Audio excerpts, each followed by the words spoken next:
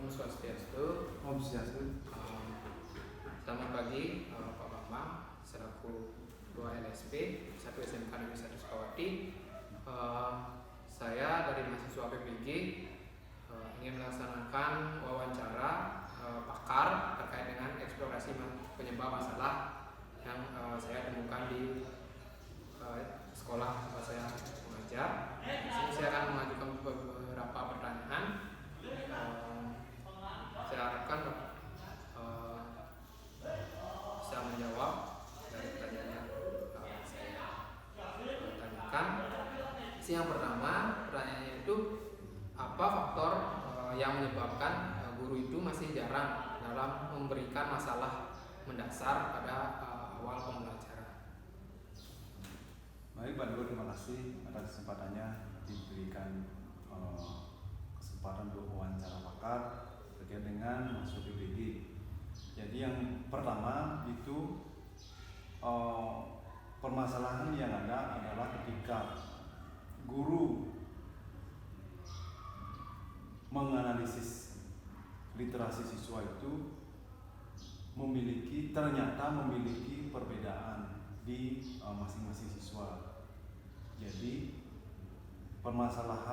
di awal permasalahan itu guru biasanya langsung memberikan materi atau dalam bentuk proses ceramah dalam pembelajaran. Jadi permasalahan dasar itu tidak diberikan di awal karena melihat dari karakteristik siswa di dalam kelas tersebut.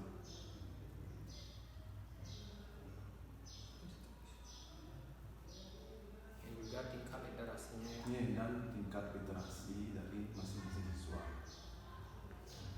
Kemudian yang kedua, menurut Bapak, apakah siswa itu masih bisa fokus dia mendengarkan guru apabila dia sudah melaksanakan praktek? Nah, untuk fokus siswa di dalam pelaksanaan proses pembelajaran praktek, khususnya anak-anak yang pengalaman kami adalah siswa tersebut lebih cenderung suka praktek daripada mendengarkan ceramah gurunya. Karena kemungkinan yang terjadi adalah siswa tersebut memiliki gaya belajar yang berbeda. Ada yang suka praktek ataupun langsung proses praktek dalam belajar, jadi motorik istilahnya. Kemudian ada yang suka mendengarkan ataupun melihat saja. Nah, dari proses tersebutlah, dari gaya-gaya itulah efektivitas dari proses pembelajaran dalam ceramah tersebut memang kurang. Kemudian bagaimana tingkat literasi siswa? Apakah ada faktor yang mempengaruhi tingkat literasi tersebut? Nah, kalau yang literasi siswa ini memang kita perlu melihat background dari masing-masing siswa. Jadi perlu diadakan analisis bagaimana sih karakter siswa tersebut atau bagaimana latar belakang dari keluarganya atau sarana prasarana yang dia punya. Jadi kalau kita lihat ada siswa yang memang dia mencukupi untuk memenuhi kebutuhan dia sebagai siswa dalam proses pembelajaran, artinya tersupport dia oleh keluarga, maka ada kemungkinan literasi siswa tersebut lebih baik dari siswa yang lainnya. Nah, di SMK khususnya kan siswa ini kan grade-nya adalah siswa yang menengah ke bawah. Jadi siswa yang sekolah di SMK itu cenderung belum maksimal tersupport untuk literasi di bidang pendidikan. Support dalam artian mungkin buku pelajaran atau bukunya atau passionnya dia atau sarana misalkan teknologi yang bisa dijadikan literasi. Ya, kemudian untuk kemampuan numerasi siswa bagaimana? Nah, untuk numerasi siswa ini biasanya untuk yang siswa SMK itu cenderung memang kurang dari pada siswa-siswa yang sekolah di SMA umum. Nah, kecenderungan yang terjadi adalah mereka itu lebih suka bagaimana kebutuhan atau kompetensi khususnya di bidang vokasi atau kejuruan yang lebih mereka utamakan. Jadi kemampuan numerasi itu ya kecenderungan kalau dilihat dari beberapa survei ya cenderung kurang atau masih rendah lagi.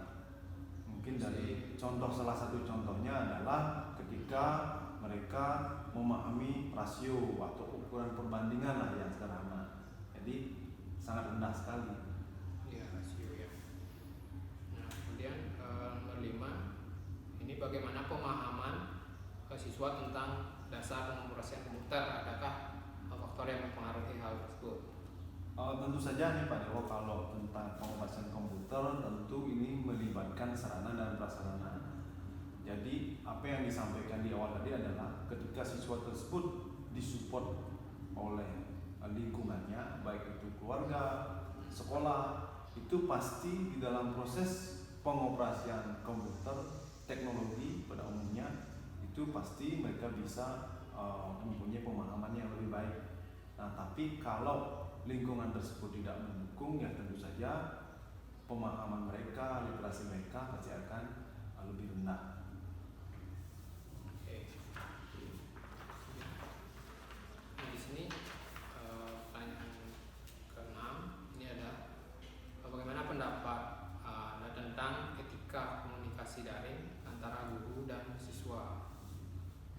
Baik, kalau etika, jadi memang kan kita selama ini dengan suasana proses ada pandemi COVID-19 lebih cenderung menggunakan komunikasi daring. Nah, tentu saja tidak semua siswa bisa memanfaatkan komunikasi daring itu dengan baik. Jadi ada beberapa siswa mungkin yang masih secara etika itu belum bisa atau belum mampu di dalam berkomunikasi. Salah satu contohnya adalah bagaimana di awal mereka harus memperkenalkan diri, kemudian menghormati yang diajak berkomunikasi, kemudian baru berkomunikasi selanjutnya.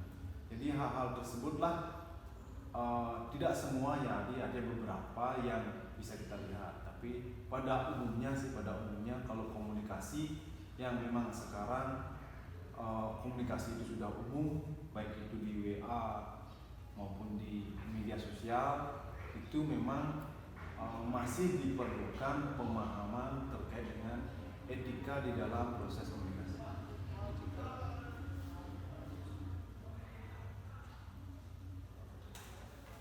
Oke, itu untuk yang selanjutnya. Bagaimana penerapan model project based learning pada proses pembelajaran? Kemudian apakah guru sudah melaksanakan monitoring proyek dengan optimal? Baik Pak Dewo, ini kalau dalam proses penerapan PJBL yang secara pribadi mungkinnya kami lalui. Jadi di dalam proses yang tersebut memang diperlukan pendampingan atau monitoring terhadap proyek yang dilakukan oleh siswa. Nah, namun dalam faktanya begitu, ada karakteristik siswa yang misalkan siswa tersebut mampu tapi dia tidak aktif.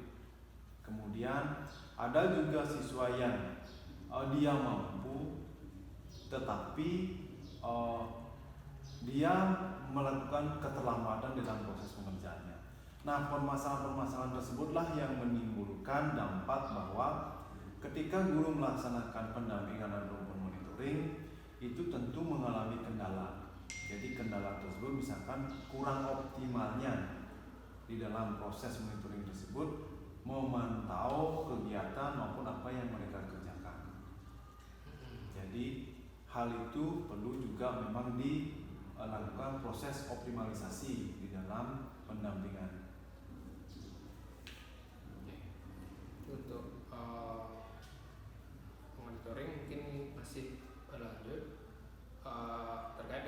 evaluasinya dalam proses pembelajaran bagaimana? Kalau evaluasi secara umum memang di dalam kegiatan proses pembelajaran praktek tentunya khususnya itu yang sering digunakan adalah rubrik di dalam evaluasinya. Nah, namun dalam proses kesehariannya, dalam proses pembelajarannya ada praktek-praktek yang terlewati di dalam tidak menggunakan rubrik tersebut. Jadi kadang juga ada yang langsung di akhir ketika proyek selesai, nah baru dinilai. Nah, namun perlu sebenarnya dibuatkan rubrik dalam proses pembuatan proyeknya, tapi jarang sekali kita temui bahwa rubrik tersebut disiapkan di dalam proses pelaksanaan proses proyeknya. Secara umumnya dibuatkan pada akhir dalam penilaian proyeknya. Ini masih di terakhir ya. Kemudian untuk yang 9 ini bagaimana penerapan HOTS dalam pembelajaran? Apakah ada faktor yang mempengaruhi hal tersebut? Baik, Pak Dewo, kalau penerapan HOTS memang tentu di dalam mapel-mapel yang praktek itu ada yang bisa dikaitkan dengan kegiatan pembelajaran, karena tentu dalam penerapan HOTS ini kan bagaimana kontekstual di dalam proses kehidupan kita bisa masukkan di dalam proses pembelajaran. Namun ini sangat sulit bagi mapel-mapel yang sifatnya skill. Jadi sifatnya adalah meningkatkan kemampuan kompetensinya.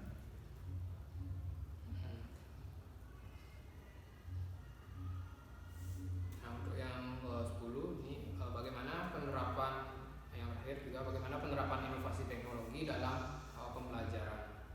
Kalau penerapannya ini di beberapa proses pembelajaran itu sudah digunakan. Salah satu contohnya menggunakan komputer, kemudian menggunakan proyektor, kemudian menggunakan PowerPoint seperti itu, termasuk juga penggunaan media sosial yang ada di teknologi di HP itu bisa juga kita gunakan dalam proses pembelajaran. Ya, sudah itu pertanyaan yang dapat saya sampaikan. Sekian untuk wawancara hari ini. Saya ucapkan terima kasih kepada Pak Bambang selaku Ketua LSP P1 SMK Negeri 1 Sukawati sebagai pakar dalam wawancara ini. Saya sebagai mahasiswa PPG akan melaksanakan masukan-masukan atau data yang saya dapat agar dapat menyelesaikan permasalahan yang saya laksanakan. Ya, terima kasih.